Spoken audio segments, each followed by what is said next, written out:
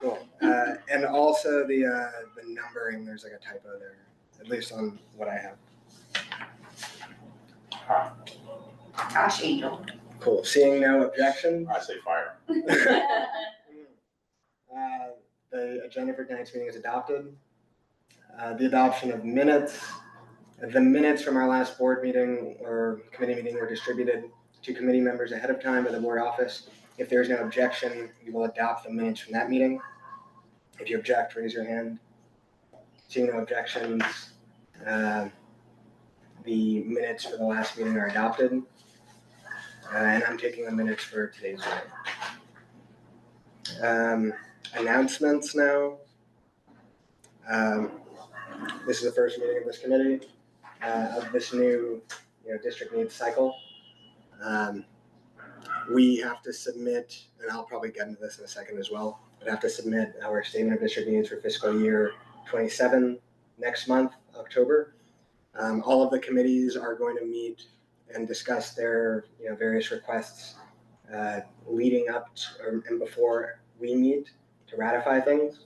And then we will present our statement of district needs and budget requests to the full board to approve and hopefully submit that next month. Yeah, that's about it. I'm also very happy to be serving and sharing on this committee. And I'm very grateful for you three for meeting.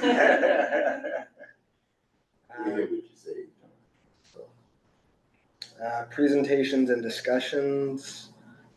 I wanted to read the bylaws that sort of say what this committee is and why it exists. I mentioned Janelle, am I saying that right? Janelle. Okay. That this is one of two standing committees on CB11 in addition to the executive committee. And that's because the charter lays out that community boards really have, in addition to just hearing and engaging with the city and advising government agencies on what's going on in various communities, really like two primary responsibilities. One is land use and commenting and having, playing a role in land use applications. And the other is engaging with the city budget, presenting to the city in the form of our district needs statement and requests, like what's going on in the community, what we think we need from city agencies. Then in the preliminary budget that comes out in January, partially based on all of the input from all of the community boards in the city. We comment, we say, we like that you are going to include this. We don't like that you ignored this or you asked us to remove this. And then the mayor's office, and I think it's the Office of Management and Budget, will take our feedback, and then I believe it's in May, we'll present an executive budget to be voted on, ratified, or changed by the city council. And then that city council will usually vote on that in June to become the budget, I think, starting on like January 30th of that year. July 1st. July 1st. City is July, state is October, right? April 1st. April, and then federal is October. Yes. The budgets. Could it be more straightforward? I think it's purposely set up. Let's go here. Yeah, the city has to know how much it gets from the state before it has the city budget. Okay, so in our bylaws it says there should be at all times a committee that shall further the board's business by conducting an initial review of the budget for the city of New York as required pursuant to Chapter 10 of the Charter. Such committee may, in order to further the committee's purpose, consult with the members, liaise with committees, coordinate with the staff, draft proposed responses to various New York City requests, examine documents issued by the Office of Management and Budget and the City Council, and take any other action it deems necessary to further the interests of the district. So I think that's pretty expansive. Like, take any action we think is necessary to further the interests of the district. So we can, we have processes that we've sort of used that we can tweak as we go along, but our sort of mandate is broad, and I'm as chair of this committee, I'm very willing and open to everybody kind of doing whatever they think is necessary, and everyone's empowered to play whatever role they want to play in this process. With four of us, we can play a lot of roles.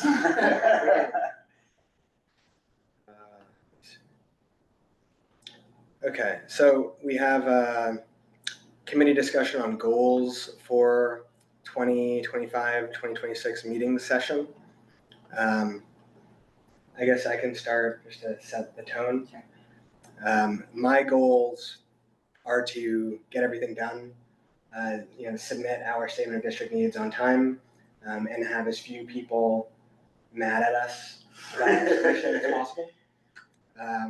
Yeah. Sounds really similar to my goal.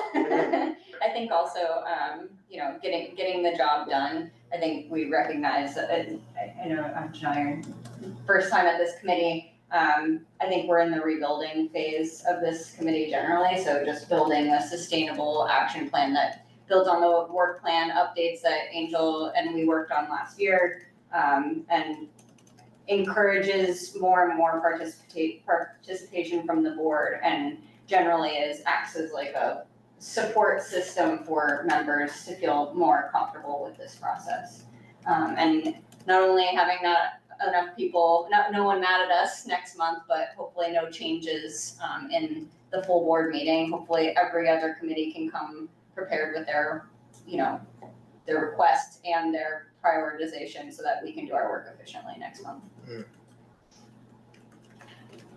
For me, I guess, I think one of the things we need to strengthen on the board, and it was interesting because one of the new members, as we were talking last night when we left, kind of said, I'm going to testify next week, for his job. We need to put that piece into action, become more involved in when they, giving testimony when they have the hearings around the funding and the budget hearings. But it's work. You got to prepare a written speech, and then you submit it because they have to have the written record. And often we don't prepare people when they go down there. Like the first time they sent me down there, I went down there, those speeches, I'm talking, I got my points, But I think, we need to put what we put on paper into action. in the hearing process. And one of our old members that passed away a couple of years ago, always used to say, hearings, you gotta be at the hearings, you gotta testify at the hearings. And I think that's a piece I would like to see. And I don't know if I can, I'm indirectly volunteering for something else I can't find the time to do, but I think that's a piece would be important to strengthen, you know, our message and our voice.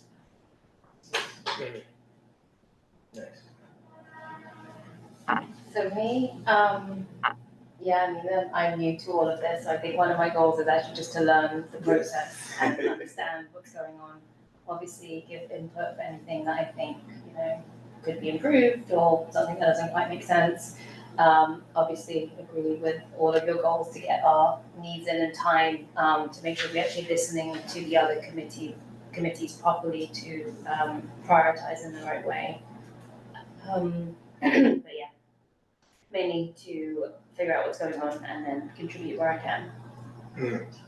It's interesting because we have a lot of people on youth, so many new people on youth, rather. And it's almost like you're now coming in and being asked to really look and prioritize things that you have really little, you know, you may have some expertise or not, or have some, but you may not have a lot. I mean, same kind of thing when we ask people, you gotta vote for somebody you may not know, right?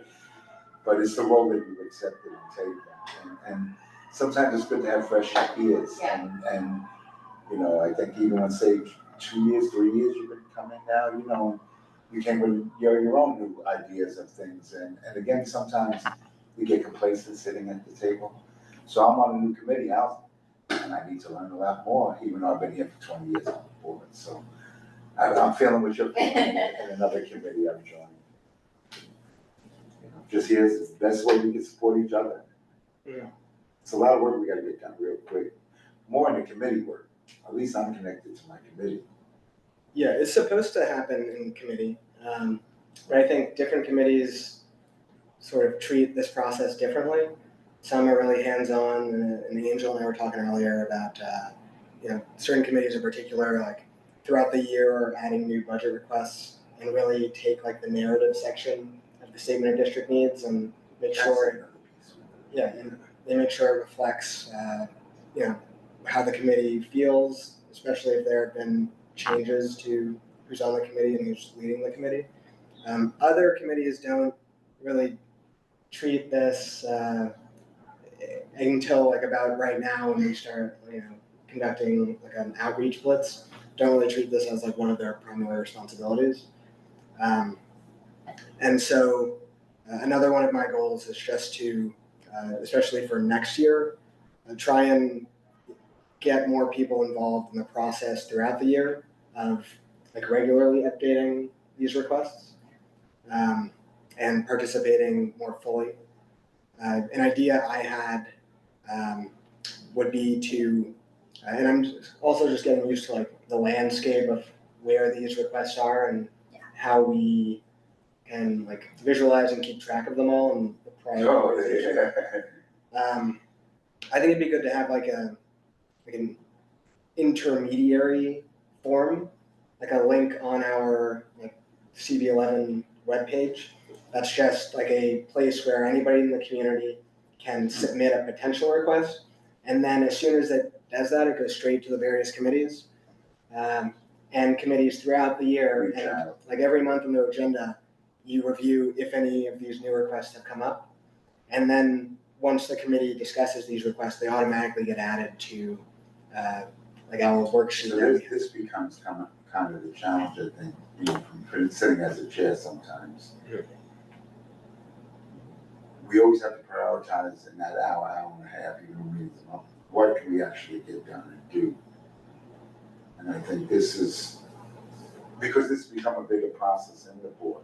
And it used to be like we would just sit, ready and moving along. When you prioritize spending time going over something, without maybe doing that with ski and moving it forward, and then taking on new things as well. You know, because like I look back at all the requests from youth, nothing was approved, like nada. And what they said is not even a reason why. They said go ask the agency, right? So for us now to get this information we gotta reach out to these agencies. Time. So like preparing earlier, it's almost like you really should be working on this some of this. Or this committee is, but then you can't work in isolation of the other committees because they feed us the work, right? Yeah. I think your idea of doing it, like rather than doing like requesting people to put it on the agenda every month, like every other month can just have a slot, so you're kind of time managing that way. Like not entirely sure that, you know, people would request something every month, or like what the kind of adoption of it would be. If you do it every 2 months, then it's kind of still rolling, but you're not using up so much time in each meeting on this section. Like it's almost we should spend more time on the advocacy piece of the work. You know, not just talking, but writing and doing that. And that's part of the work. The one concern I have, I think it's a good idea. I think that we just have to be careful when, you know, we give the, you know, we want to make sure that the community feels heard. And if they submit, you know, something on our website or something and it, for some reason, doesn't make it to the committee or, you know, I feel like that could be really bad for us. So, but I think like the idea of. You may make it as one of the priorities on the list. Right, oh, and then it probably, if it, you know, if it doesn't make it on the list, people will say, you're not listening to us kind of thing. So I think like, however we can get people in the committee rooms while the conversations are happening is probably the best scenario. But then I think that it is something to consider that the survey is only open for a period of time. And people might have things that come up over the course of the year, and how do we respond to that over that time, you know? Yeah. My initial thing is that when like members of the public come and, you know, talk at committee, usually like we're extremely receptive to any ideas that people have and are enthusiastic about it. But the translating those ideas into an actual budget request, I feel like some people just don't. Like one thing I tried to do at public safety the other day is just like somebody has an idea right now, we turn it into a request and try and add it to that form. An issue is that when I do that for a different committee that's not public safety, because some things just, you know, it comes up in public safety, but The chair is gonna say, what do you do? yeah, or Angel will be like, this isn't, you know, the process. Because now it's on like a worksheet where it doesn't really belong because it hasn't been formally. Yeah. And then the alternative would be like somebody emailing the chairs of that committee and being like, can you guys talk about this? But then it's like, what happens to it? Maybe nothing. So I just think it'd be good to like centralize that. And I feel like most people wouldn't use it, but just having like a place where somebody has an idea, you just immediately go like, I'm gonna click this link, fill out the form, and boom, it's in this bucket. And we'll But talk how do you know about it's even there to go fill out? Like, You know, again, tell that's, people about it. you know, like, how do we communicate to the public that this is now? Right, Andrew, do people call about capital kind of requests? Infrequently. Infrequently. But that could be, you know, that could be a product of they don't know where to drop them. Right, and that's what I kind of mean, say, it's not that people wouldn't respond, but they may not know there is a place to respond. You know, look at the survey, how few. And we would do the same kind of advertising that we did for our surgeons. Right. Like you add a link on the front page, you go do the flyers, you do. But we don't get that many people. We could get more, you know, or Well, yeah, you did good last night. Safe soliciting. Here, fill it out now. Yeah, exactly, thank God. I think the other thing, I hate to be like the risk person, but I think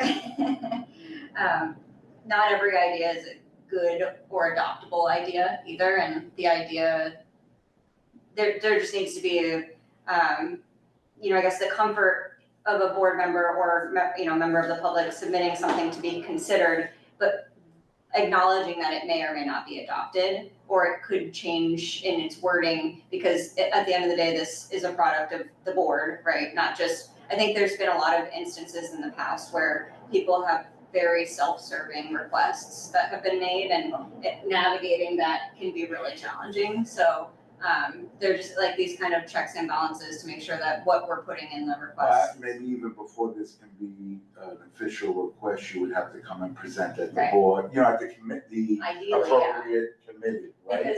Because it is the committee that puts the district needs forward based on their work around what they're prioritizing. Because we said it in youth the other day is, somebody asked what is the philosophy? It changes with who's sitting around the table. Right. There was a period when we had more people interested in adult education services that were on, and we did a lot more work in reaching out to those places and inviting them in, because that was the environment, the culture of that particular board or chair. So that changes, right? And something we tried to push last year, and I think it's still important to keep pushing, is that ideally every budget request that comes out of a committee is supported by an action of the committee, whether that's a letter, a resolution of some kind that proves that we've met about this subject, we are informed, we've taken action, and now this can be. And I think Angel kind of said it, the other night in the full board about, the process by which we do, and we can't make, but we do make the request to the appropriate agency that this is a concern and issue. Again, Department of Buildings, we're not gonna tell them what they're gonna do. Right. They're gonna go in and do what they do. So, again, I think a lot more is just education and communication and being more in touch. Can I? I think that, so thank you, Jessica, for mentioning the thing about the letters. Yeah, that's an idea that was shared with us by a sister board. I'm like, yeah, that makes a lot of sense. They were kind of surprised that we didn't already do that. So I think that would be a step in the right direction. Maybe, what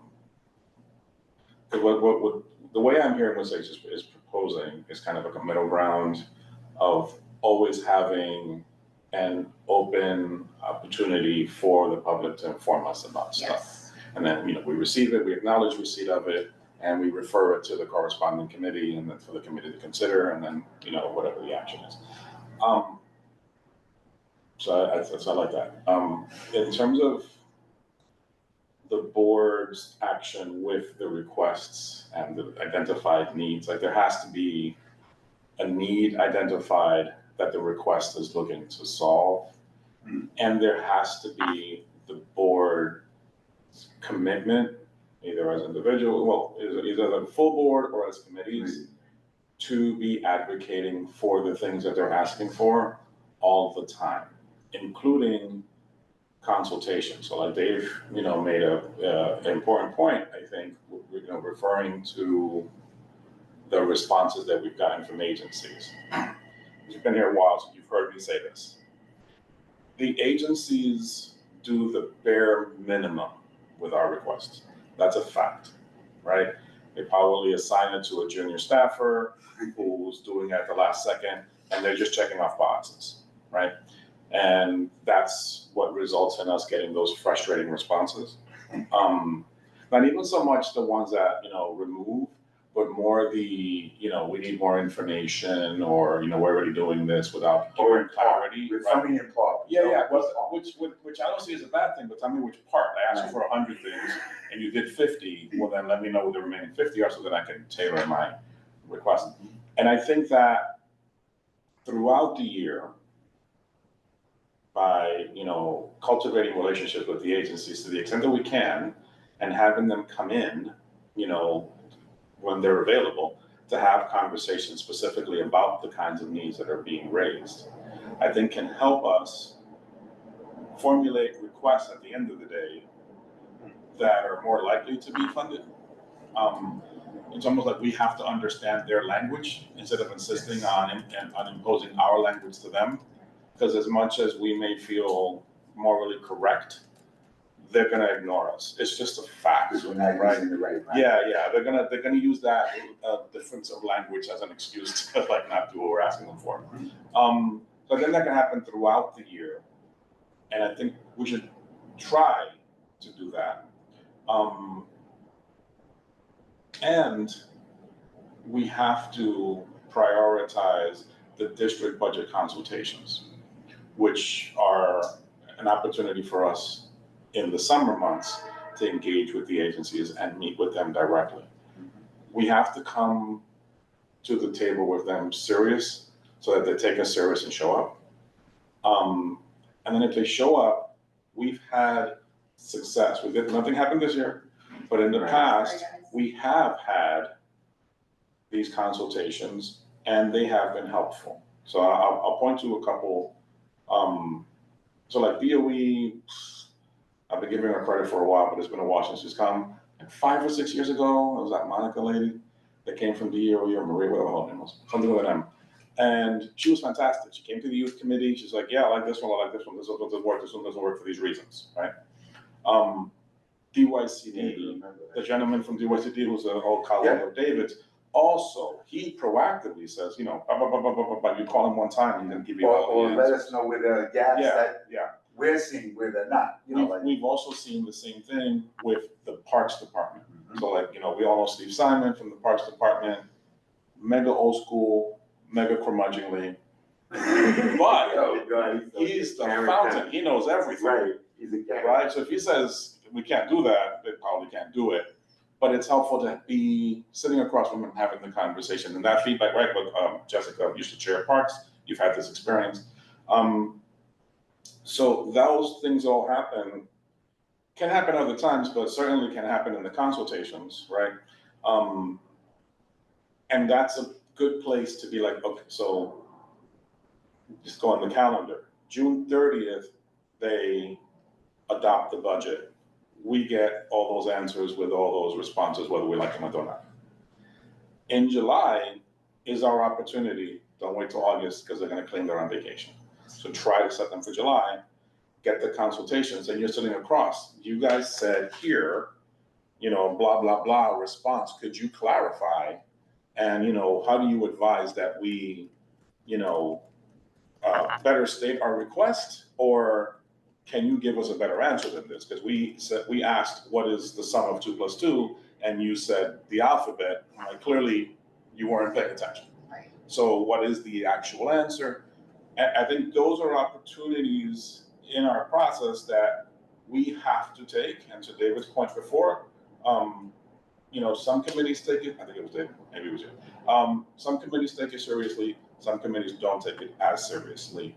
And that will frustrate this committee. Because then we get to this part and I'm like, well, it's up to you.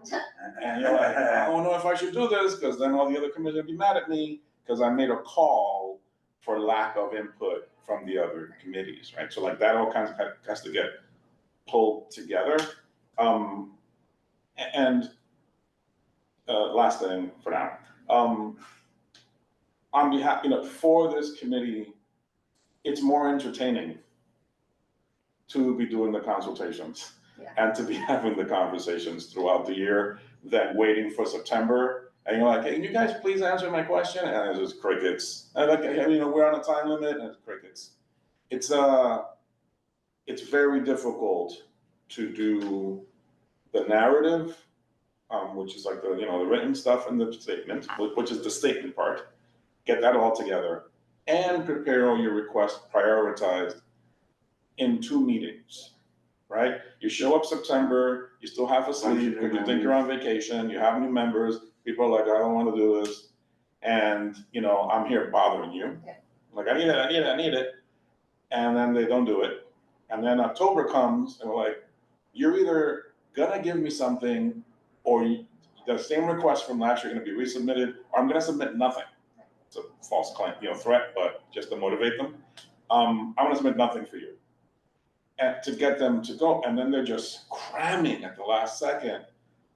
I think it's better to give it a little bit of time to be able to think about it. You know, David, what do you think about this request? And, you know, I'm actually not sure about that one, Jessica. Or say, can you clarify what you meant here? Andrew, you know what? I know you keep pushing on this issue, but, you know, have you considered? That's the conversation. So I think a little bit more ideal versus, and we've had this in the past. So Dave's been here for a while, so he's heard this in the past. You show up and the committee hasn't done its homework and the chair is not really holding the reins, and then random member number 17 just blurts out something crazy. And then the rest of the committee doesn't want to get into a fight with member number 17, so they write it down. And then that request lives in our requests for years, because no one wants to take it upset. out. No one wants to upset this person. And for years, the agency's like, that's not a budget request, over and over and over, right? So I think there's opportunity there to be more engaged with it and kind of enjoy it a bit more than, there's not a criticism, it's just kind of the fact of, well, kind of what happens, kind of the sitting back, kind of waiting for other people to do it, when they just kind of show over and again that they may not necessarily do it. Just really quick, the most fun I've ever had with district needs and budget was as chair of parks. When we managed to schedule a meeting with the Parks Department. I think Stephanie Arroyo was chair at the time, but I'm not sure how we managed to get that meeting scheduled. I don't think we scheduled it any more than that, but I think it was great for me as the chair to be able to speak directly with them in a designated meeting about what we were asking, and I didn't have to rely on anybody else to convey what the committee was trying to go after. So the idea that the chair is informed of the committee's opinion enough and committed to work with this committee in those conversations, I think is really important too. So hopefully we can get that. And some agencies are they're tougher nuts to crack. So something that's gonna get a response from members is someone says, the windows at this public school are all broken. We're like, yeah, fix the windows, of course, fix the windows. Makes sense, you submit it, and it isn't as simple as submitting it to DOE. It then enters into the abyss of the SCA, right? The School Construction Authority. The School Construction Authority does what it wants per its plan. Its own priorities. Not our plan. So we submit an idea, if they hear it, they add it to the bottom of the list, and they'll get around to it when it matches their priority, because they have these, Whatever five, 10-year plans or whatever. And they're like, we're doing windows in 2045. and it's right, and then you're like My sitting building's across supposed from to have them. been closed due to roof for years. Yeah. It's tough. They haven't finished the roofs in other buildings. Yeah, I mean, and it's not to say don't submit it. right.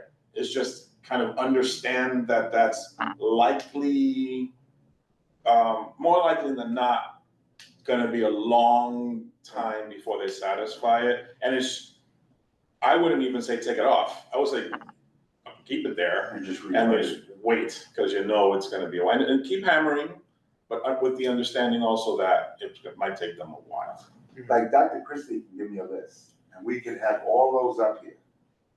They'll determine if and when any of those will be, and when it happens. And it doesn't matter what schools have a priority, what we all have, but what we found is that we could narrow them and then all hit it from all the points, the CDC, the DOE, the district, us, because it all goes to OMB, right? So when they start seeing the same ask to all these different, it becomes a priority. Like I got funding from, Children's Day got funding to build a basketball court in Lexington Academy outside from the elected official. Children's Aid has to give it to the DOE, School Construction Authority. And it's 2 years later, we don't have the basketball court. Mm. Now, I would have been required to go get a contractor, make a hole in the ground, put some poles, and it would have been done by the time the kids started back to school. But I can't. And it'll happen when they go to that school to do something else, it's okay, we can do this while we're here. I was just gonna ask, when they give you back the response, do they even say it's an added to a priority list? You don't know that. We don't get too many of those, I mean, there are some that come back, but like I said, this time was really surprising because, like even Angel mentioned, sometimes I say, we'll make an ask, and they'll say, okay, good, we agree, and we're funding it in part.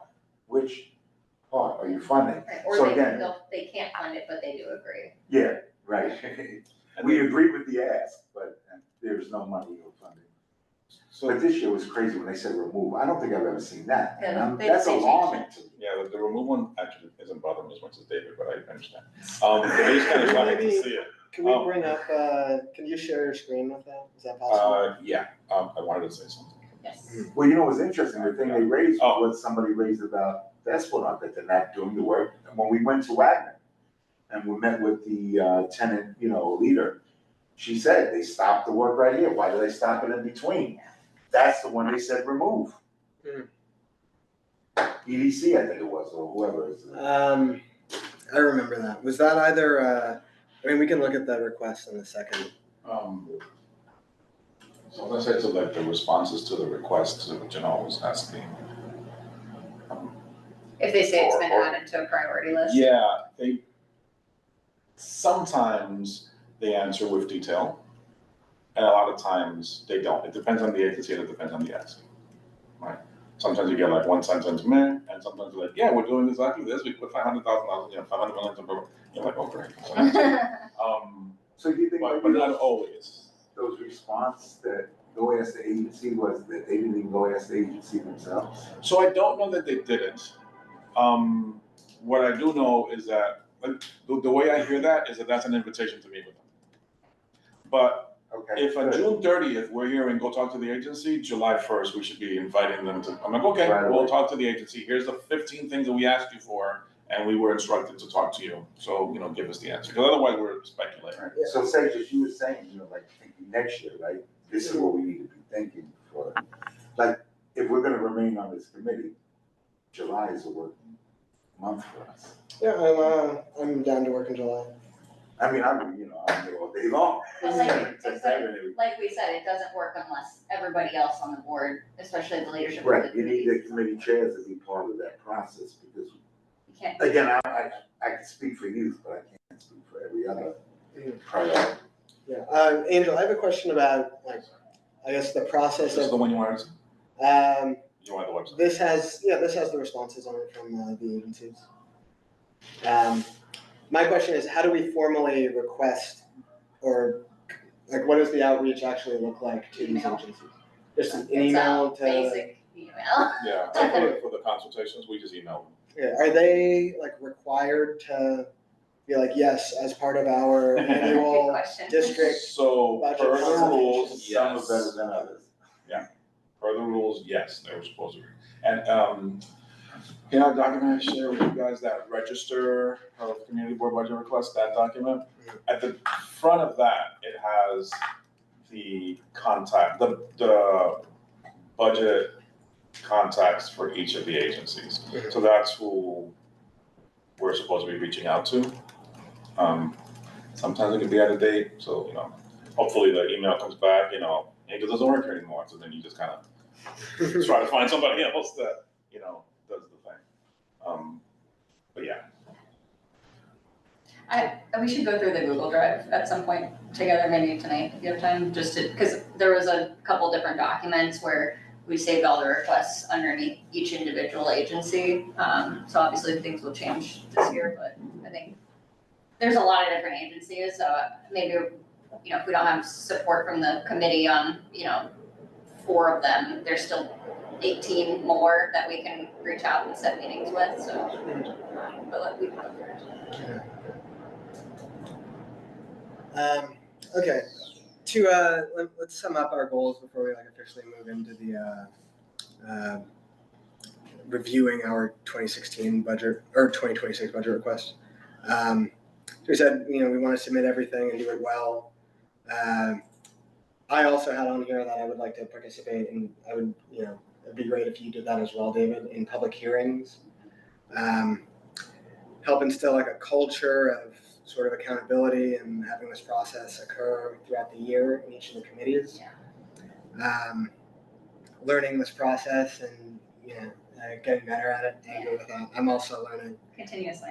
Yeah. And then just bringing the agencies in, especially in July, just because of the timing. Once we get the budget at the end of June, consulting with them and figuring out what's going on, why they have the responses that they have, so that we can keep getting better.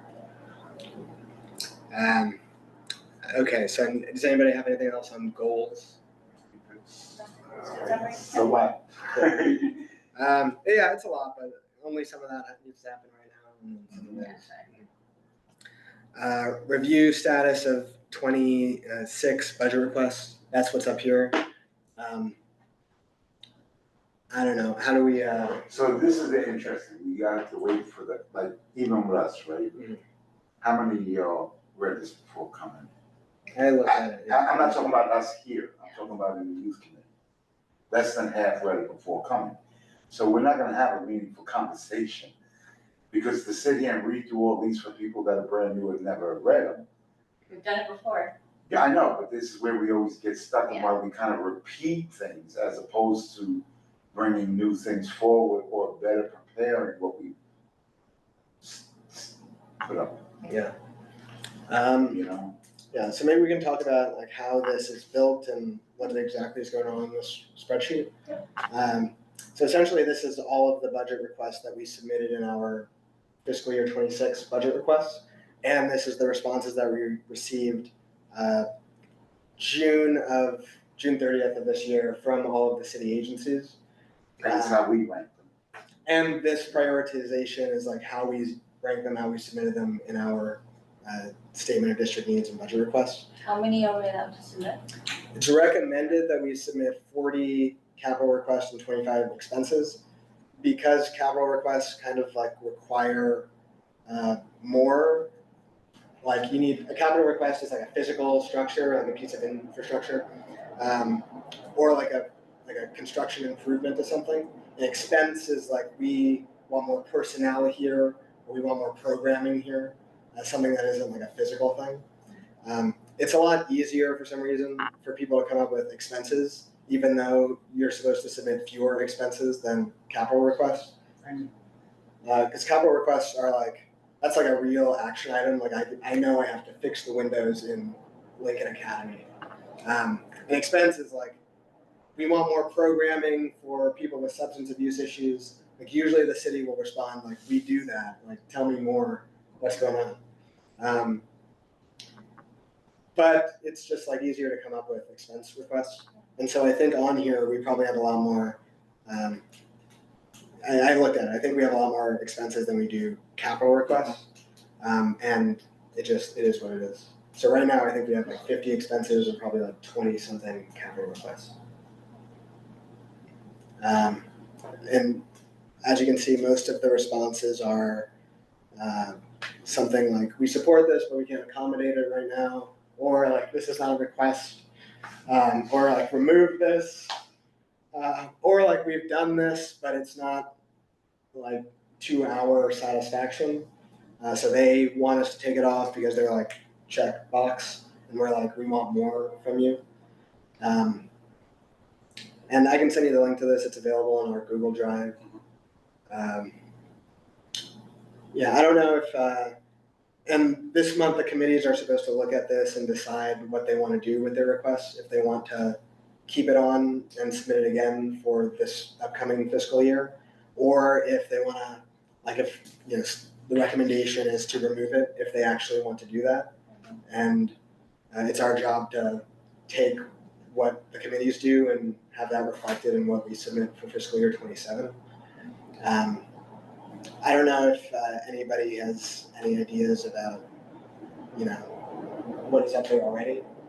I know, Angel, you said you had recommended that, was it the housing committee remove one, but they didn't? No, they did. They did. So not the housing committee, but the, sorry. Land use. Land use makes me upset. So that's my stomach. Yeah, land use. So land use, we met this month. They had, I think, a total of 4 or 5 requests. And what we've been doing as staff the last couple of days to kind of make it easier instead of presenting them, actually Khalid does it this way, but that's okay. It works for him. Marlene and I'm copying Marlene. Marlene put a 1-pager together. She just extracted the request for her committees, and then just, you know, what's the request, what's the explanation, the agency, the committee, and the response, and then our recommendation as staff. Right? And just giving them a 1-pager seems to kind of focus their attention a bit more. It's easier to do. It is when you're in committee and you're trying to go through it. Yeah. So for land use always has the top 2 capital requests. And you know, we got some responses this year, and that, you know, we already do this, and the second one, they said is not a budget request. So my recommendation to them was to remove the one that HPD responded is not a budget request, kind of flip the wording, like take the title from the one that's saying it's not a budget request and the explanation from the first one, kind of combine those to revise the request. So now instead of provide more housing for special needs households, provide more housing for extremely low and low income households as the request, and then the explanation provide funding for development of affordable rental, blah, blah, blah, 30% of AMI, right? Which is kind of the umbrella ask. So there's an argument to be made that this is what HPD does, so why you keep asking them for what they already do. There's also an argument for me to keep my head, but because if I were to suggest, let's take this off, because the agency already does it, I'd be just decapitated. So how do we maintain something that's important to the board, that's responsive to, you know, what the community is asking for year after year after year after year after year, right? Affordable housing is a serious thing in low-income neighborhoods, it's a fact. So let's keep it like revising the language, right? So keep language that kind of is an umbrella kind of, you know, language like here's all our affordable, well, not just affordable, but the low and very low, which is kind of like where this board and this community keeps pushing, like, you know, affordable for who, which drives me crazy. But if, you know, if we're focusing on low and very low and then indicating 30, then I think that reflects the input both from the board and the community. So that was kind of how I presented it to the committee. The committee agreed. So their recommendation, unless they have a change of heart next month, will be to remove Capital 2 and revise Capital 1. And then, you know, the other committees are kind of like in between, but not all done. Our staff recommendations, I believe, are like 90% all there. I've left it to Khalid and Marlene to fill in the staff recommendations because I want them to take more kind of agency in that exercise. So like, and they might still be kind of working their ways through, but for the most part, we have those recommendations. Now, we don't have any expectation that the committee is going to be like, well, whatever you say, guys. They don't. They, you know, sometimes do, and other times push back. And that's fine. We can just, you know, I think it's on us to try to, if we're making a recommendation, try to explain why we're making this recommendation, and then at the end, kind of just eat it when the committee decides to go the opposite direction. That's what it is. It's their recommendation. But that's how we do it. For the ones that came in, you know, I'll just admit, for the ones that came in saying remove, I reviewed all of them, didn't automatically put remove. But I kind of landed on like, okay, we'll remove it, because to me it sounds like it's what they're doing. We'll see what the committees end up saying. They might throw it back at me, but those are my recommendations. I'm a little more, I conserve my energy for a select few requests, and then the rest I just, you know, kind of leave it to the board. But like on the housing stuff, I push a little harder. Like I've never talked about parks, not one time. They have the most requests. They do, and they also get the most responses. They do. It's funny. It's just because of the way that parks is set up, right?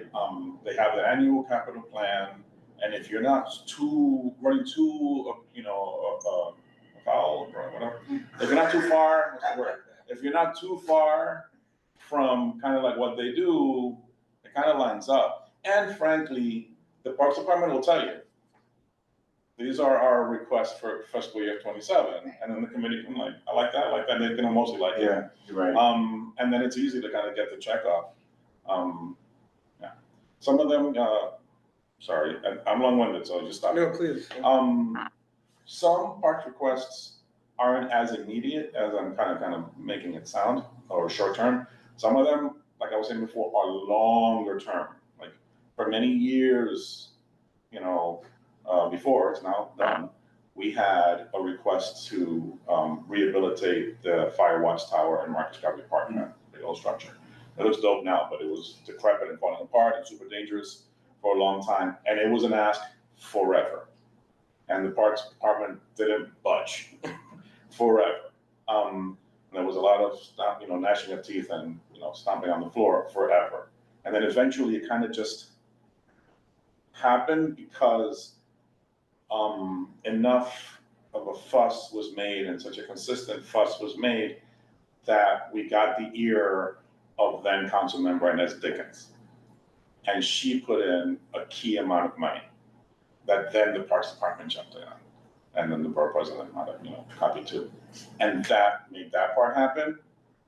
But what we did then, credit to our former Parks chair, the immortal Francis Mastroda, the request was asking for the rehabilitation of the fire watchtower and, she's real sneaky, and the Acropolis, right? She did that when we were kind of thinking it was about to happen.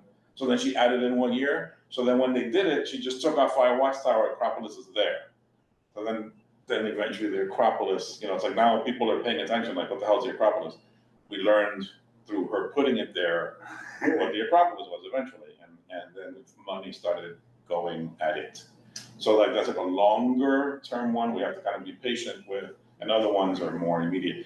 I think you guys just heard or are about to hear at Parks that they're gonna redo the field at Eugene McCabe Park. Excellent.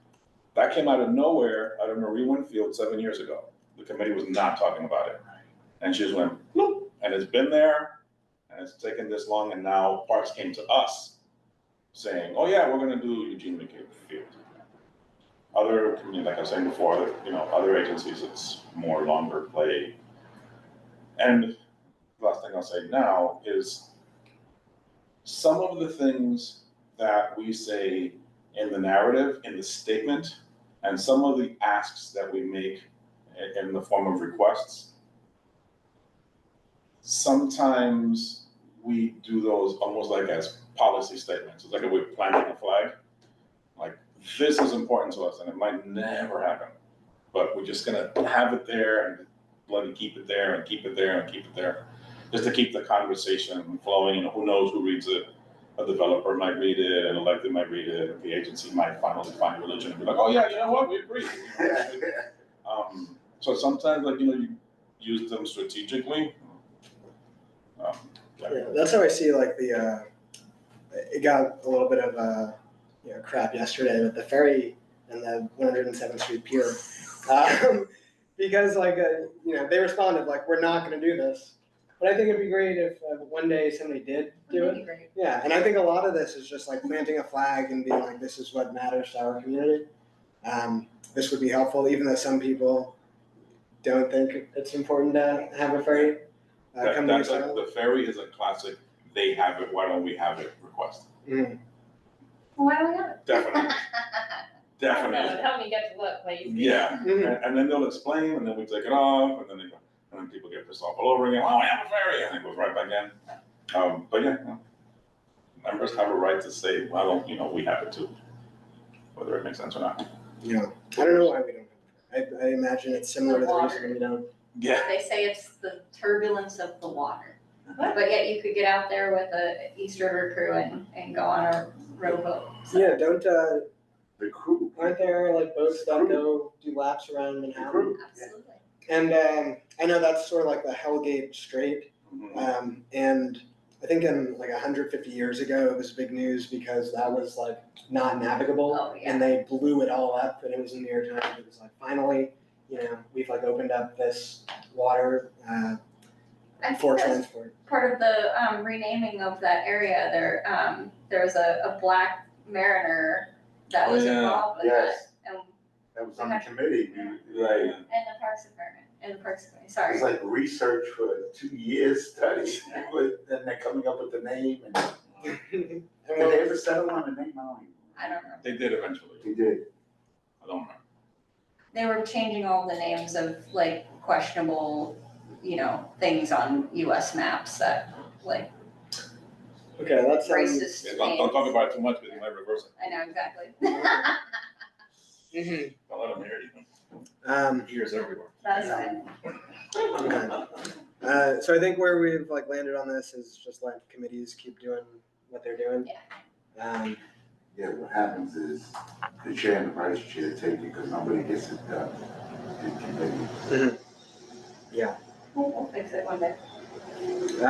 And if it's not done, then we have. We'll do it. We do it. Okay, what's next? Anybody have anything else on status of these requests? Like, again, everybody's supposed to come back next week, already read it. Mhm.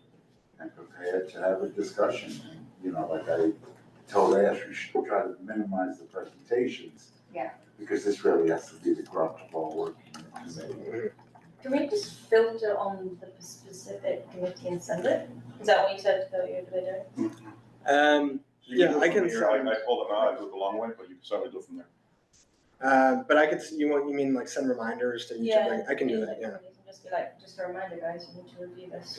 The problem Here's the too link again. is that some of these agencies span multiple committees, and it's like, even the policy areas that things are being submitted on span multiple committees, so in a perfect world, our committee would be, specific to the policy area, but some of them are so wide, it involves environment, open space and parks, plus housing, plus land use, plus economic development. It's like, we can't get all those committees, at once on any given thing, but. But they still review that part of it, right? So.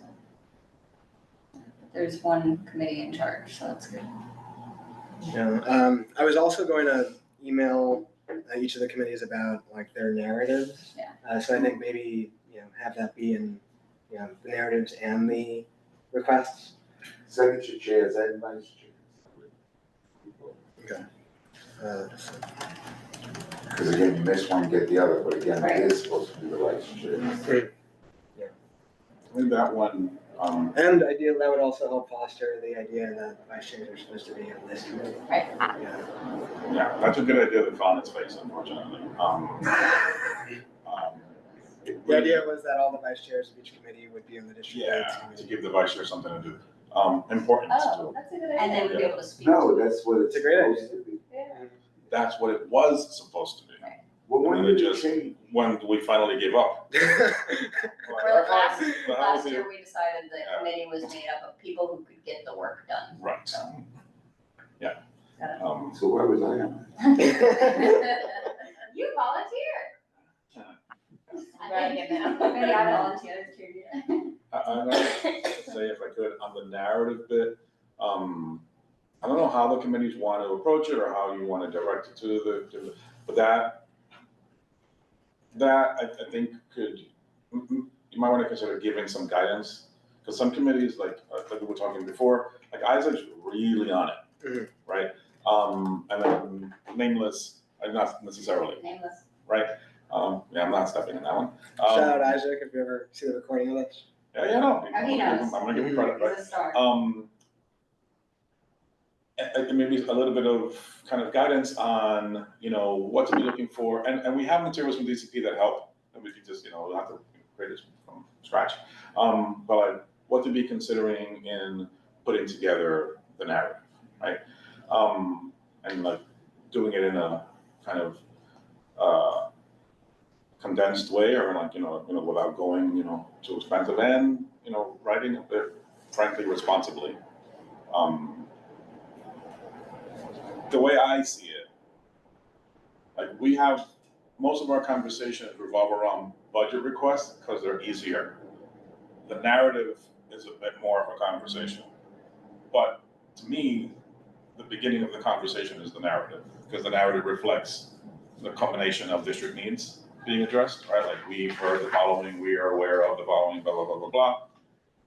And then in order to address those needs identified there, then we're making these requests. Like, I see it that direction versus backfill into the narrative. But, just figuring out a way to present it to the chairs and the vice chairs, so that they understand kind of like what's needed for the narrative. You can't just, you were pointing out before, if I may say, point out one, like, position A at, committee, whatever, and then position Z that completely contradicts it, right? And this other committee, you have to kind of be thinking about the community as a whole, and then how to resolve when you have those, things like, we definitely don't want homeless shelters. We need to provide housing for the homeless, right? So like, how do you want to do this? There's kind of maybe multiple things for you to be considering to address this need, right? In a responsible way, and communicating that clearly. Because like we've been talking here, the requests are heard by the agencies, to whatever degree they hear them. The narrative, I'm quite positive the agencies will not look at the narrative. However, the narrative is really good for developers. Yeah, absolutely. And like people thinking about proposing something to the community. That's what they cite. Your name statement said, 1, 1, 2, 3. And then they come with a proposal, and then you're like, oh, why does that sound so familiar? It's because they look at the thing if they're smart. They're clever. Yeah, I find that in addition to maybe developers, less so city agencies, because city agencies are just like trying to do their job and then go home. Though I'm, amazing that they're civil servants. Yeah. Thank you. Yes. Watch it. Yeah, I realize that. But like a lot of times, like academics read this and like use and quote the statements of district needs. Elected officials will read it and help decide like what their policies are. And so I do think it's really important. And it's like a historical marker. This is something I mentioned last year. So that like over time you can see like the East Harlem, which is like we are supposed to be the community of East Harlem and Randall's and Ward's Island. Like this is what they said about themselves and what they wanted and what they were like hoping for, and then this is how that evolved over time. So I think that's an important part. And the narrative is like the only time where you're able to really like put everything in proper context. Yeah. Otherwise, it's just like you want more windows, but what's like behind that? Yeah. And fixed windows. These used to be. What's that? That's a printer. Possessed. These used to be two separate things. For the veterans, the statement of needs was worked on and done in the spring, submitted completely separately, and then the budget request was worked on and submitted in the fall. DCP and OMB kind of took over the process and combined them into like what we are dealing with now. I think there's still opportunity for the narrative to be, whatever. But the box that they're allowing us to do it in is very specific, where before we could just write whatever the hell we wanted. Now, limits it? Huh? It limits how much? Yeah, well, it tells you what the categories are, and then it tells you how many words you can put, and then you can do a lot, and you can, you have to be kind of creative, but in the past, there were no controls, you could just, maybe that wasn't perfect either, but you could be a lot more kind of effusive in making your points, and making, declarations for those other audiences that didn't necessarily line up with it. Didn't kind of lead you to a budget request. Right. It was more kind of a statement of everything. And priorities, like for the district. Right now, I think the format is, in addition to the categories that are kind of we're familiar with, you just get 500 words per like need category. So within, we talk Words? 500 words. And I think it's 1,500 characters. But that doesn't, not every word is 3 letters. Right. But it will be like within affordable housing or something, you can put as many of those 500 word needs in there. It will be like needs for X, needs for Y. So each one could have its own. Each one is 500 words. Okay. I think that's what is in like the DCP guidance. But I was like, do you get like unlimited like 500 word blocks? Because that seems to defeat the purpose. Can we put some words in white ink for them to recognize when they do AI reports on them? That's for. You gotta look at a younger person than me. I have no idea what that stuff is. I don't know what the interface looks like when you submit it. That's. Yeah, I dropped off at PDF. I'm trying, but I don't. Stop voting. Yeah, so with the narrative, my plan is to, with guidance, submit to all the committees, tell them to send me something back after they've thought about it. And then I guess as that comes in, I will send it to everybody and we can review it. I don't know if we tried this last year, but I know everybody has like different, abilities to like review things. So I don't know if people want to like take chunks and kind of have that be like your thing that you're responsible for. Yeah. Yeah. Okay. I was even thinking, No, do it all since yourself. right now it's just I mean, us, I was right? fine with that. How many committees do we have all together, right? Like I'm on different committees than you, right? This is the one we overlap. So maybe I look at housing and youth right now and kind of take the lead with those or whatever other one, we divvy up between us as we look at them. Because we all have connections, hopefully, to, and we all are different. We got 8 different committees right here, right? What other committees has everybody on? Public safety, transportation. Okay, public safety, transportation, Jess, I'm only on land use. land use. So that's 3, 4, 5 different committees. Human services. Human services. Well, Isaac. The one we need for Yeah, Lisa. right, right. But that's good. But You guys know what's working it already. But also you're learning with him as you go along and part of that committee, so But I'd be happy to help with parks, cultural, and other community facilities, just because Well, they're all you the said same as you they did. were when I was there, so. I can, I guess, help guide like eco dev, just because that seems to be one that has needs sort of a heavy hand. Yeah. I'll take whatever, because, Okay, what other committees are there? So there's some, going by the old calendar, so it's housing, public safety, licenses doesn't count. Right. Parks, youth, eco, land use. Safety. Is that youth? Eco? Yeah. I think that's it. So, but this is the Human organization services. for the. Yeah, parks yes, area. human services. So like if I do these 2 and David does this one and Janelle does this one, then, Okay. or, It might be easier to just pick the committees instead of picking the policy areas, because you'll be jumping back and forth. oh, okay, Yeah, save your sanity, okay. whatever's left. Okay, so I have David, you would do housing and youth and education. I would do public safety, eco dev, Jess, land use and parks. Janal, you would do human services, with the understanding that Isaac is pretty good at that. And But that so. doesn't mean you can't contribute, or he's very good at He's gonna accepting write it feedback. up. Mhm. No, that's fine, we're already And so I will send an email to each of the chairs of the committee and copy each of you, as I just mentioned. And that email is going to be like, look at the narrative, send it back to us, and this is the point person who will be reviewing that. Give them a date. The date is like within the next, before your next committee meeting. Yeah, Yeah. exactly. I think you and I should do other stage, Okay. because there's nowhere for community boards here, and we always have a community board answer. And who do we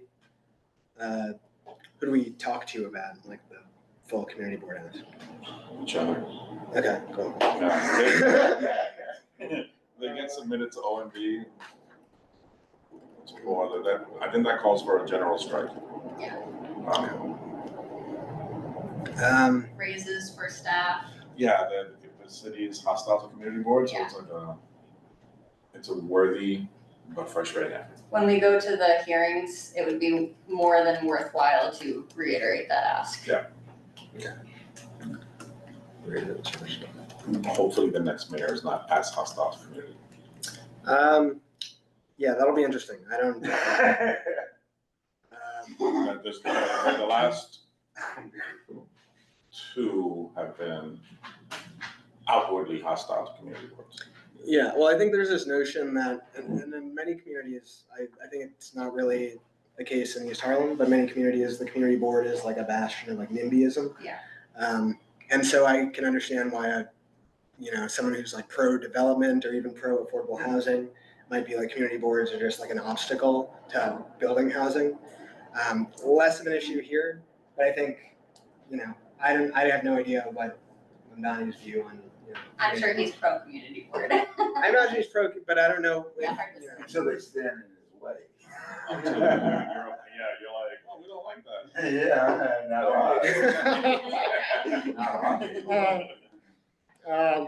Okay. Can we have $25,000? No! Take $25,000. $250,000.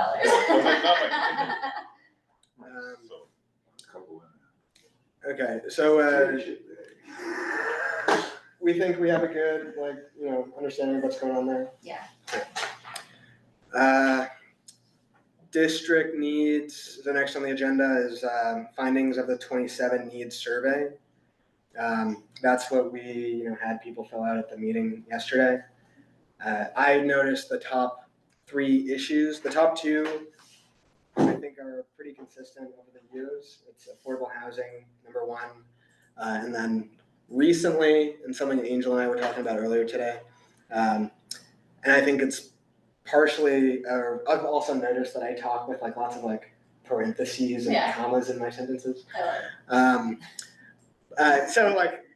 parentheses is that I think it's the result of some high profile incidents that have occurred recently. But this year, for pretty much the first time that I'm aware of, public safety and crime has surpassed affordable housing as the number 1 result. And that wasn't the case 2 weeks ago when I looked at the results. And I don't know, so Angel and I were talking about for context, the top 3 needs are a portion of our statement of district needs that go before our categories for each of the committees. There's a section that just has overview of East Harlem. And then there's a section that's top 3 most pressing needs in our community. And we can kind of take whatever input to decide what those top 3 needs are. But the traditional factors that we base that off of are this public survey and the results of it, the public hearing and testimony that was submitted yesterday and that we heard and observed, sort of discussions and feedback from committees and full board, and then also just personal observations and sense making. And so we don't have to say that suddenly public safety is more important, right. But it is something to consider, mentioning. I've drafted sort of the top 3 issues based off of what I thought they were going to be. Can't see it. Yeah, so what is It's hard to.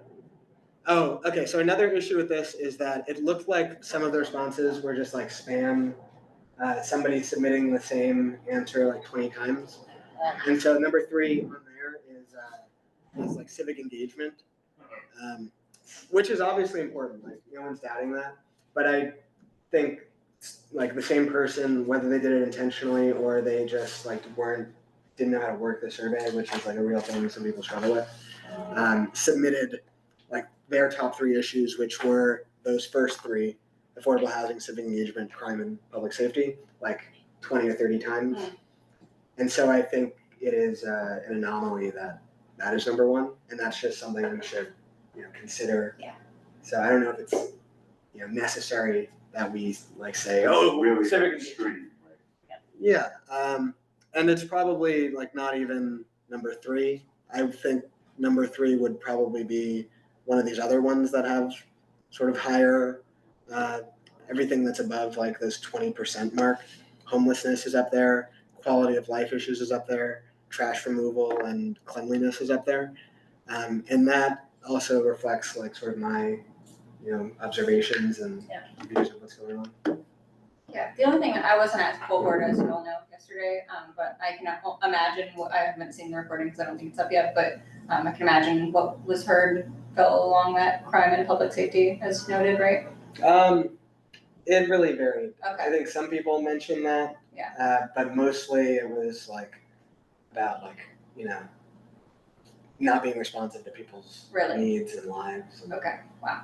I would just say, like, I think I've been added to some listservs of certain groups within the community. I didn't ask to be on the listserv, but I am, so I get to see like the communications that they put out, and I think it's just, you know, I don't know how this plays out, but I think just my personal opinion that the loudest group, the most organized group is not always saying the things that align with, you know, the majority of the neighborhood. And I think that it's important that people bring their voices to the community. I'm glad that these people do.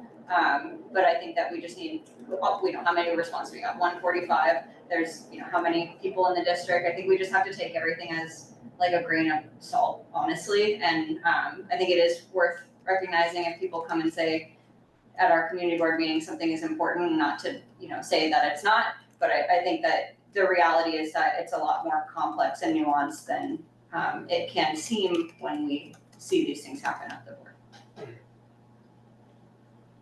I agree with that.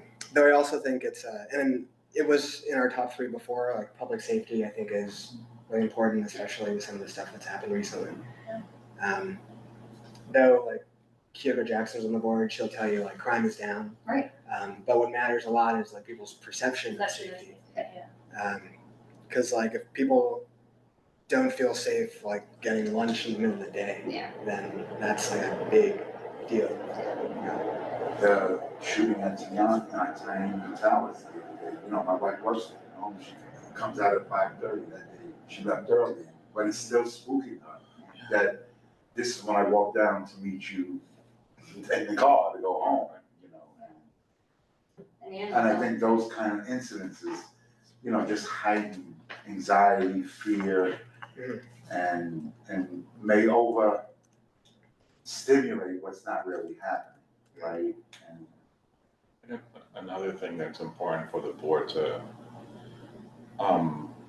discuss, I think at length, is to that point about the perception. Yeah. I think the shootings are reflected in the crime stats, so that's easy to hear back from, you know, TV, if they're reported. But the perception that people may derive from what they're seeing outside, you know, like this person is in a state of distress and that makes you uneasy, or this person, you know, kind of struck towards you suddenly and that makes you uneasy, or you're seeing people kind of laying about and in different, you know, different degrees of, you know, stress. And that's an absolutely real thing. And how do we seek to address the concerns raised by the community about perceptions of, because it isn't not real, right? It's definitely real. And we're spoke last night, and we're real for her. Yeah, and we're walking around, we're seeing it. We're seeing that, you know, like, I if you allow, I was at a meeting about a month or so ago at the MTA's public information thing on 125th Street for the second episode. And we're in there having a meeting, and the door's locked. And every 20 seconds or so, someone's yanking on the door, like violently yanking on the door. Because there's a lot of folks there in like serious states of distress. I want to be kind to folks. How do we address that, right? Like, it's not uncommon to hear someone that's in the community running a business, trying to pivot to the school, voice these concerns to the community board, and by the time they voice them to the community board, they've had it, so they're agitated, and the way they're communicating it is so you have to kind of give them a little bit of understanding. I'd rather you didn't yell at me, but I understand why you're yelling, because like, you know, it's a bit overwhelming. But then how do we seek to address those concerns? So, and make that person feel they're heard, right? They're heard, but then like, what are the remedies to like, okay, so what you're reporting is a person having a psychotic episode, you know, perhaps because of some, you know, chemical imbalance, or perhaps because of some reaction to substance, perhaps they're, you know, any of a number of things. And the remedies or the responses are kind of multiple. Right, so like, we took this piece and recommended the human service, like the HRA do this, took this piece and recommended the police department do that. I think we have to kind of confront ourselves with this conversation, like, too often when, to my ear, when, for example, supportive housing, right, that's an easy one. We hear we have to address homelessness. Homelessness is a national issue, it's a citywide issue. Okay. We have to address, homeless people that are outside that are, dealing with substance abuse. Okay. We have to deal with homeless people that are dealing with, mental issues. Okay. And we have to deal with, like people not having somewhere to go, or people not being served. All right. So that you add those things together, it kind of equals supportive housing. But then when it may equal in your mind supportive housing, but then when you raise the issue of supportive housing, then you get a response that can cower the board from supporting a recommendation for supportive housing, which we may have landed on as like, okay, well, this kind of ticks the boxes for the multiple concerns that are being addressed to the board. And then in a broader, more difficult conversation, I think we have to face up to national trends and national epidemic that is facing every urban environment and many suburban environments. And how do we actually have that conversation? People in the district are going to come to us complaining about what they're seeing in the district, and they may perceive that it's only here because we're a low-income neighborhood, et cetera, et cetera, et cetera, which they're not wrong, but they're not 100% right. Like, there's many places that are suffering the same thing.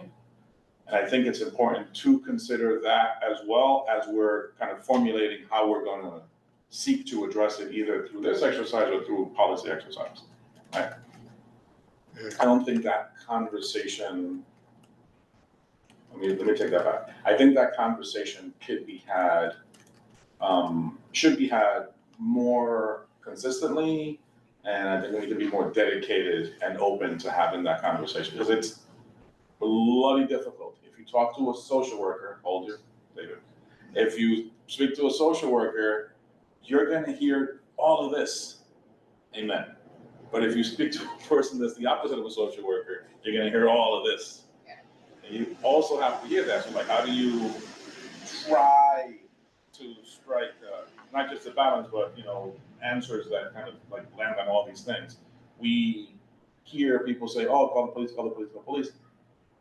Police have an important job, but even on their best day, they can't address all the things that we're raising. We have 20 things, they do 5 of them, right? What about the other 15 things? Even if the police is scoring 100 on every test, they're getting a 0 on the rest of it because it's not what they do, right? So what are we thinking about, proposing, supporting, that may be checking off the rest of the things? Mm-hmm. Yeah, this is something that came up in public safety and transportation the other day, just because like it's a common sort of complaint that there are people that are like on drugs just kind of nodding out in the street.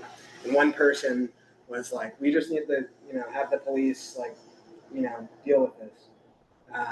But that directly conflicts like what human services would put in theirs about it, which is like, oh, these people have like a medical, it's like a public health issue. And we don't want to criminalize or escalate things. And so I think part of the process in like navigating how different committees and like, we have a whole community, like we have Trump people in our district. I saw a guy walking around Madison Avenue with a MAGA hat the other day, and I was like, wow, this is the first time I've seen we've had Trump people on and they're welcome. But I was just, kind of surprised. But we have all kinds of people here with all kinds of, views on things. And I think it's a challenge, but it's important to sort of navigate the nuance and figure out a way to be like consistent in what we produce. And I think that's like the job of this committee, to sort of navigate those conflicts and come up with something that like works for everybody, or try to. As best as you can get close to. Yeah. like on the mental illness issue and the services provided for people living with mental illness or, whatever, having psychotic episodes. The response is always, well, send them to the hospital. Today, we don't have capacity for a number of reasons. I would say financial, maybe I'm wrong, that medical institutions have taken that have resulted in there being less capacity to serve people dealing with mental illness, living with mental illness. So I'm just making up numbers completely out of the air, so don't attack. If before there were 100 psych beds at whatever hospital, today there are 10. So when you go to the hospital, if you've had the fortune or misfortune of being in the emergency room lately for any number of hours, your sleep and potential rest are affected the whole night by a number of people in serious emotional distress. And they'll be there the whole night. When I was sick 8 years ago, whatever number it was, in the hospital, and there was just a cavalcade of folks with, struggling, and they were just kind of in the hallway because they have to be taken, they have to be, dealt with, and then they're kind of sent on their way, they're back outside. And that just is what keeps happening, and maybe we can address that in our statement, or maybe we can address that with our service partners, like, okay, well, what are you doing, and why the hell aren't you prioritizing this? Where are you capacity-wise before, versus where you were before? I'll get off my soapbox in a second. I remember as a kid there not being so many people outside. Actually, there being nobody outside, and except for your corner wino, right? That's it. That's the term of the time. Then you started seeing a ton of people outside, and you had this kind of growth of street homelessness across the state and across the country. And it's a result of many different policy decisions that were made at that time and around that time that resulted in people being outside. And since then, there's been no comprehensive answer to address, okay, what do we do to help folks in these situations? Instead, it's, well, they're outside, and shame on you for being outside. I'm like, yeah, but I kind of need help, or I won't even know that I'm here, So this is a consequence of many different, maybe well-intentioned policy decisions at the time, but clearly insufficient policy decisions, or perhaps erroneous policy decisions. So we have this. Like I was a little boy in the 70s, and I was old enough to run around in the 80s. We were perfectly fine. There wasn't nothing happening. And then all of a sudden, whoosh, you're like, whoa, boy, and get upstairs, kind of thing. Because, if you're not trained, what are you supposed to do? And then that's just grown. And then more recently, this whole, opioid epidemic things just devastated the country. So like your corner wino from back in the day was just like a lovable guy that's just drinking too much. But otherwise it's okay, you can feed him, you can talk to him. Now people are so far, and we're not having an answer. So, Angela, what you said is so on point. So everybody knows I work with children's aid, and I've worked continuous with them for 40 years. But between 1989 and 2005, I went to work in mental health case management as a case manager, supervisor, and then the director of a program. It was a commitment for all the people that they did let out in the 70s and the 80s, that in 1988, the state developed a program called intensive case management. And it was really geared towards helping those individuals stay compliant with treatment, get to treatment. When you're released from the hospital, have somebody that's going to be with you. And it ran really well up until about 2010, when, as Angel has indicated, drastic cuts came to, you had a caseload of 12 and 25, depending upon intensive support. Then it went to no more of that levels. Now you have 50 cases you deal with everybody. And the idea was when it originally came, it was gonna be for life, because more often you don't get rid of mental illness, you learn to live with your mental illness. And the idea was this case manager would be for life, but then when you fill up all the spots, there's no new spots. So they had to create an acuity scale and move people along. And then to like 2010, I left in 2004. It seemed like they just condensed the mental health outpatient treatment and resulting in where we are now. And I've seen the change being in these homes now for 20 years at the center. And people are not getting service. And this is what I have to say. I think the committee, because I did chair it myself for a while, the most challenging committee is the Health and Human Services. Because at one time it was called Health and Human Services, seniors, mental health. It's like everybody had to add everything to it. It's like, well, right? What are we really getting done? And I think Isaac has really done a good job at elevating it, but also taking a different perspective of how this is our community. How do we serve them as well as get the police and put them out? So, even when somebody says have the police, well, what are you expecting the police to do with them? Put them in jail? The cost of doing that is great. The cost of having somebody hospitalized is great. How do we provide the services that people need? And it's really gotten worse. Okay. So maybe that is something, as Angel said, because this compounds everything else. Now, there are different classifications. The different classification between Micah and Cami? Micah is I'm mentally ill and I'm chemically addicted. Cami is I'm chemically addicted, and as a result of my chemical addiction, I'm mentally ill and exacerbate mental illness. So, one exacerbates the other. And if we're treating the person in not the correct manner, you're just going in a circle. And then what happens is often the stigmatization is this person's not serviceable. What do we do with them? And then what we do is nothing. Okay. And then the consequences, something that we hear from the rest of the community, like you're running a business, you're trying to come in and out of your home, you're trying to enjoy the park, and you're like overwhelmed. You're just a person trying to live their life, and you're overwhelmed by,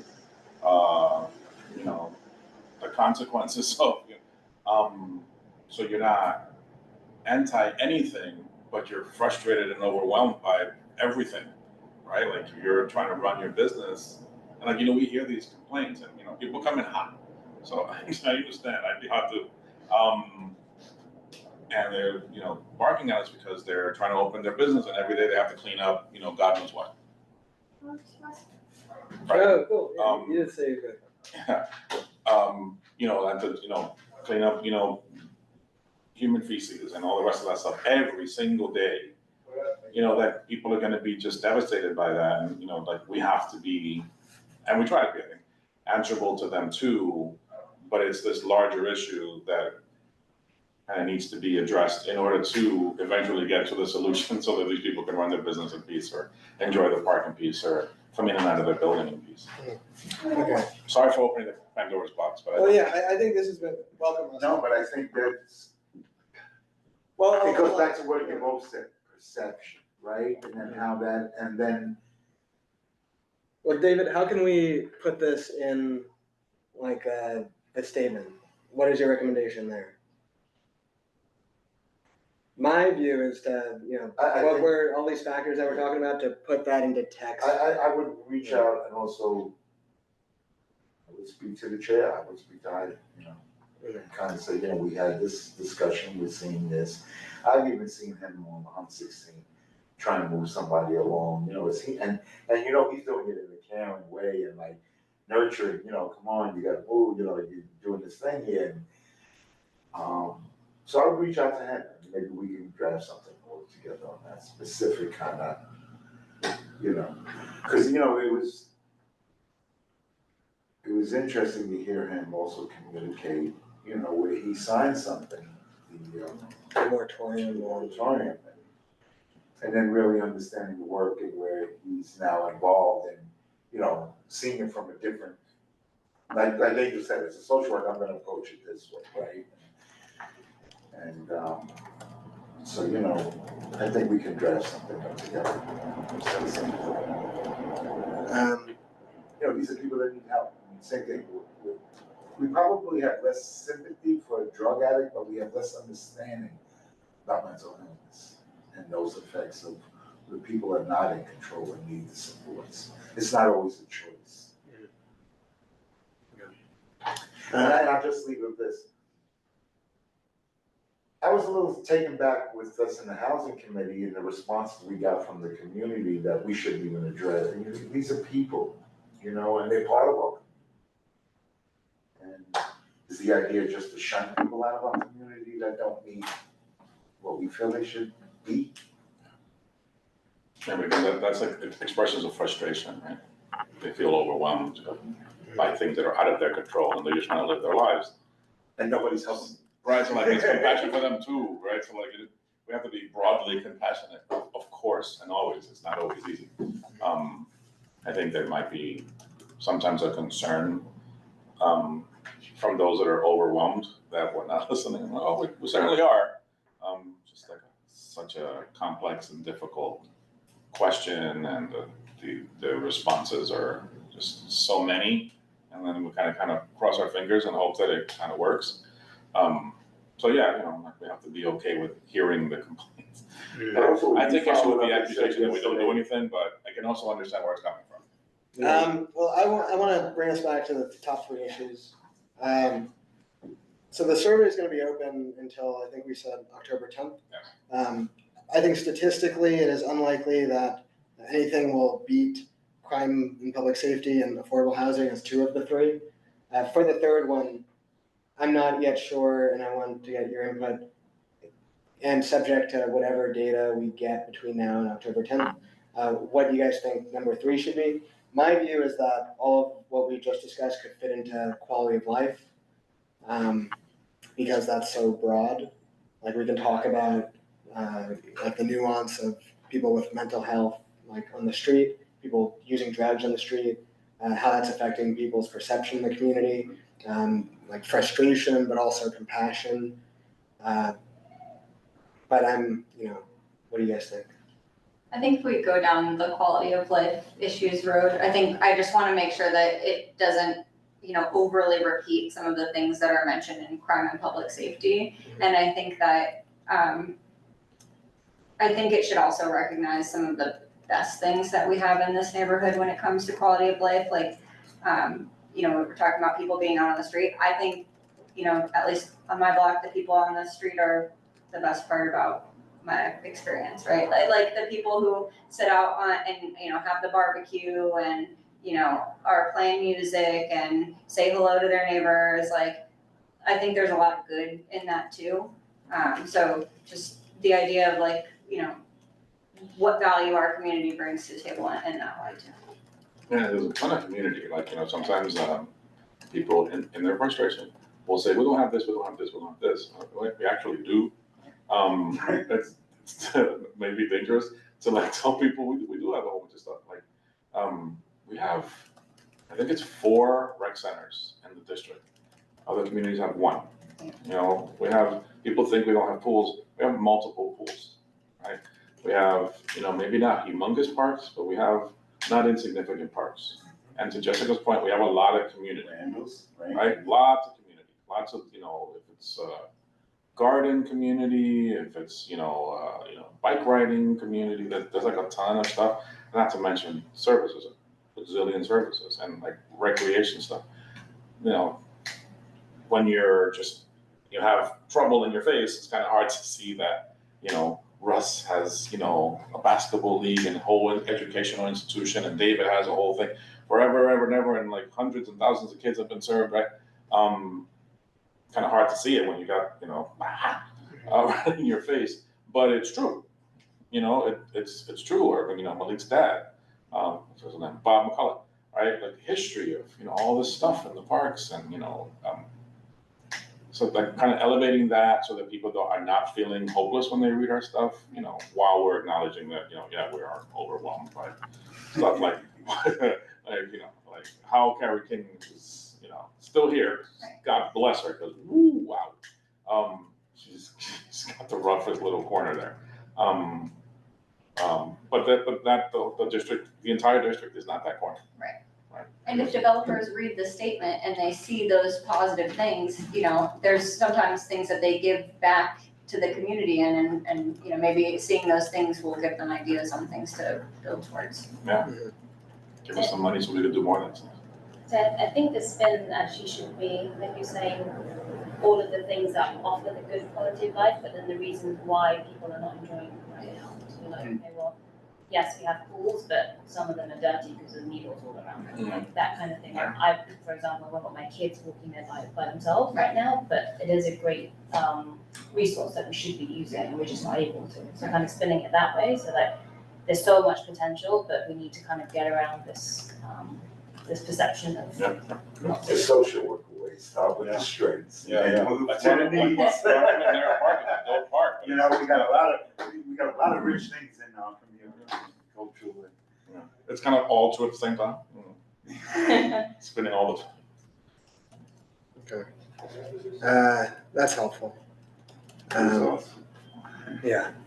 Are we good on top three? I think that's something we'll have to revisit, but because we're not gonna have that much time, we're not gonna have When's our next exact meeting? I think it's it's like middle of October, kind of earlier than I was expecting. Before full board, right? October 16th, and then full board is on the 21st. The 16th. That's the Wednesday. I have the other meeting on the 8th. Yeah, so it gives us a week. Youth, 2 weeks. Okay. I'm trying to think of my framework. Yeah, so it's really important that the committees think in advance of their meeting and are able to turn that around and confirm it back to us, like within the next 24 hours. After the meeting. Ideally, let me know after the meeting. I would kind of include that, just give time frames, and, not that everybody's gonna meet them. I'm a procrastinator, I know, I do what you like. Right, Angel? I wasn't gonna say anything. I'm a procrastinator too. Yeah, my whole life is getting stuff in right when I. No, I know, you guys said that, God, say Jordan reviewed the thing, I didn't even read it yet. Make comments. It's just like, for you guys, like the last week is to get your tough skin out of the closet. Yeah. That last week, people Yeah. I'm trying my best. It's just kind of like, I'm not listening to you. And if you've got a new idea, you're welcome to bring it to the table for next year. Yeah. That's true. Yeah. Kind of hold, you have to hold the line, because you'll just get swamped with Right. I want And we need unicorns and proper butterflies, vetting, like, oh, not unicorns. It's silly, but it happens every year. Does anybody have any other ideas for top three issues? Okay, I'll move the agenda along. Discuss recommendations for budget requests. I feel like we've kind of done that. Determine budget priorities. That's what we'll do next month. Submit, and we'll that's kind of a challenge, and I think that's the biggest task where we have the opportunity to kind of upset and disappoint and frustrate some people. Is taking how the committees prioritize their budget requests and interpreting that into how we feel it should be prioritized in a way that 3 days after we decide, full board will ratify. Right. And we welcome those people to this table at our meeting to weigh in if they would like, but it's part of the process. Cool. Okay, and then submit list of capital and budget expense priorities. That's what we'll do next month. Moving on, old business. Nothing that I'm aware of. That's, I guess, any old business? I don't think so. It's a new year, new budget, we go forward. New business, nothing.